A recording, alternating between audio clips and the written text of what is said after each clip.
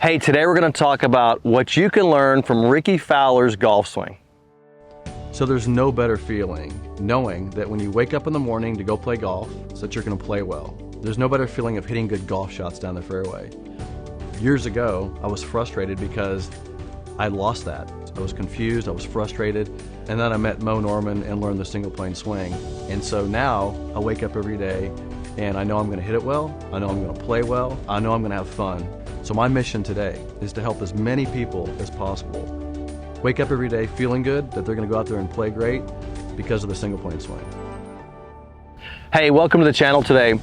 One of the questions I get asked quite often is, what swings on the PGA Tour do I like? And there's no single swing out there that I think is what I would call perfect. In other words, all those guys play great, they hit it great most of the time.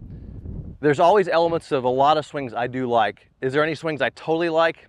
Some, like Steve Stricker, but generally there's elements of certain swings I really like. And one of the swings is Rickie Fowler's release position. And I want to talk about this because I think you can really benefit from what you see happening through the ball and through the release. Now, I want to talk about this in a couple different ways. One of the most important things to me is swing plane. How you create space from the golf ball, swing plane, and natural movement. I want to kind of talk about those elements. Let's talk first about natural movement, because when I look at golf swings and you see swings like Rickie's or anybody's swing on the tour, they're really good at one thing, getting the club in a position to get into impact. But how they get to impact is always very different because of the space they've created between their body and the golf ball. And if you look at natural movement, and I always kind of demonstrate this, if I was going to skip a rock, or you know, I've talked about this many times, but if I was going to skip a rock, you'll notice the natural movement of my arm, my shoulders, my body, and how my body is rotating and my arm has space to skip. And so that seems pretty normal to talk about skipping a rock and how that all works. But when you apply it to a golf club and you say, well, okay, I got a golf ball down there, I'm hitting it with this stick, and I set up to the ball, you now have to deal with the fact that you have this long stick, you have a ball, and you're trying to get the face square. So you have these elements you're dealing with. But you also have this spatial issue. And this is where you see so much variation in all the swings out there, is they have different spacing. I talk about, you know, the hands hanging down being a mistake. And the reason it's a mistake is because it's creating an angle between the arms and the club. If you look at that, there's an angle now, the arms are hanging down, so there's an angle down, and then there's a club angle. And when you watch the guy swing, and maybe I can say this in the right way, I've never been able to say this very well in clarity, they're making up for the spatial problem, because what happens is you got the angle of the arms, angle of the club, and this is going to try to create an alignment. So because you're moving mass around the body and you're swinging it, you're skipping a rock, you're swinging the club around you, this whole unit between the arms and the club is trying to create a straight line. And when that happens, you're too close. So this space you've created at address creates a bit of a problem. And so that problem must be solved. And so players are solving it in lots of different ways. They're solving it by lifting and rotation. They're solving it by, you see a lot of lift. You see a lot of guys move their body back, lift their feet. Rickie, in his past career, I actually criticized his swing because I didn't like all the foot movement he had going on in the motion. But those things are just the effects of the spatial issue created. But one thing Rickie does that's really, really good, and I really love what's happening, is what you see happen after impact. So he's solving a spatial problem, but once he solves it, he releases the club so well through the ball. I love to watch his release position. Let me kind of explain the spatial thing and how it's getting released. And when we look at Rickie's swing here, when it releases, you'll see what I'm talking about. The club becomes, you know, Rickie's standing, you know, obviously his arms are more straight down, but I would, if I had any choice, I would simplify that. And the way you simplify an address position is you simply put the club on the plane that you're going to impact. It's really that simple. So I would start on a single plane, but here's what you see happening in Rickie's motion that I really, really like, is when he finally gets the club back, and by the way, he's planing it better. he has a tendency to lay it off, lay the club back this way. That's not a horrible thing, to be honest with you. It can cause some issues with the downswing path, but Rickie's, his backswing position, by the time he gets to the top sometimes, is really beautiful. I really like it. Then he starts coming down. And what you see is, even though he stands a little bit close to the golf ball, you can see him start creating space. And he does that with his lower body. And watch his trail leg. It'll go into an internal rotation.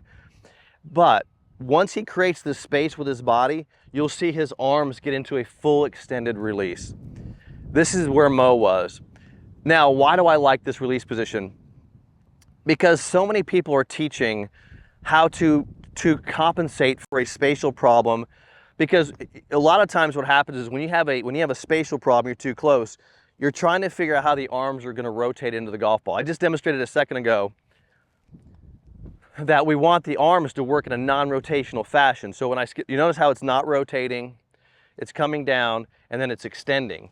This isn't a rotation of the hand, it's an extension of the hand. See how I'm extending the hand? Look how the hand gets extended. And that's what you want to see happen. The body is rotating as the hand extends. So with that camera you're looking at me now, you see a rotated hand. So you think this hand is rotated, but according to my body, it's not. It's in the same position here as it is here. So this hand is in the same position there. So you're not seeing this kind of supination or pronation happen through the ball. This would be supination, this is pronation. So you're not seeing a pronation happen.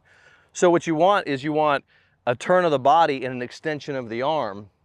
Now look at when my arm extends, it's creating a space and extension. This is what I love about Rickie's swing, because it matches really what Moe does. When he gets through the ball, he planes it here, gets to impact, then you see the body in a position to create space that allows the club to get extension. See, this is the position I really love in Rickie's swing. And then when he finishes, I love seeing the space created. Now, you'll sometimes see Rickie move his feet around. You'll see some slippage in his feet. That stuff I think can be simplified. But again, the way he's releasing, extending the club, I think is the most natural way to extend the club in the arm. Natural meaning the skipping the rock, I'm moving and skipping rocks. He's not fighting off a compensation somewhere in his swing. So the final thing I want to talk about is just that idea of compensation. You guys out there working on your golf swings, obviously you're on this channel, so you're seeing the single plane swing. I like swings that are natural and don't compensate. And that is what I like to look in golf swings. So when I see the guys on the tour and I look at their swing, I look for the natural motion of the club. That means the club goes on plane, comes down, and then releases in a natural skipping the rock type way. Now, I want to talk about one final element here when we talk about swing plane, because and try this sometime, I want you to do an experiment. I want you to take a golf club and swing it one-handed. Don't hit a ball. If you want to, you can, but just take a club and swing it one-handed, like this, right? And just make a couple swings. Videotape yourself doing it, okay? Just swing it one-handed like this, naturally, all right? And then I want you to take your other hand, your lead hand, do the exact same thing, swing it one-handed. And I want you to look at the club plane. I've never seen anybody not naturally plane the golf club. In other words, that club will go into an angle that matches the address plane. So every time people do this, they swing it on the plane. And the reason they're doing that is because it's the most natural way to move a golf club based on its weight, its design, and the rotation of the arms. Your body knows how to swing a golf club. I know this sounds a little contrary to what most people think, but your body knows that if I have something on the ground and I want to hit that object, I've got to move this arm in a certain way. This club has to move on a certain type of path to make it efficiently hit that object.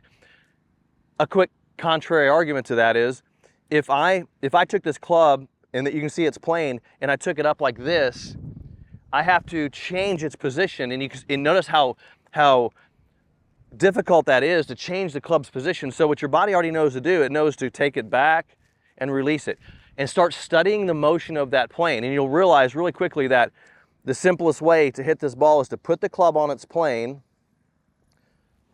keep it on its plane, and release it on its plane, just like Rickie's doing through his release.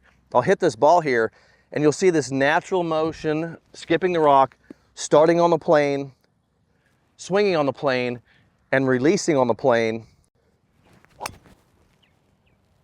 And so that's really, when I look at golf swings, what I like to see is how much natural motion is actually happening, and you see that in Rickie's release. So I love seeing him play well in the US Open. Way to go, Rickie.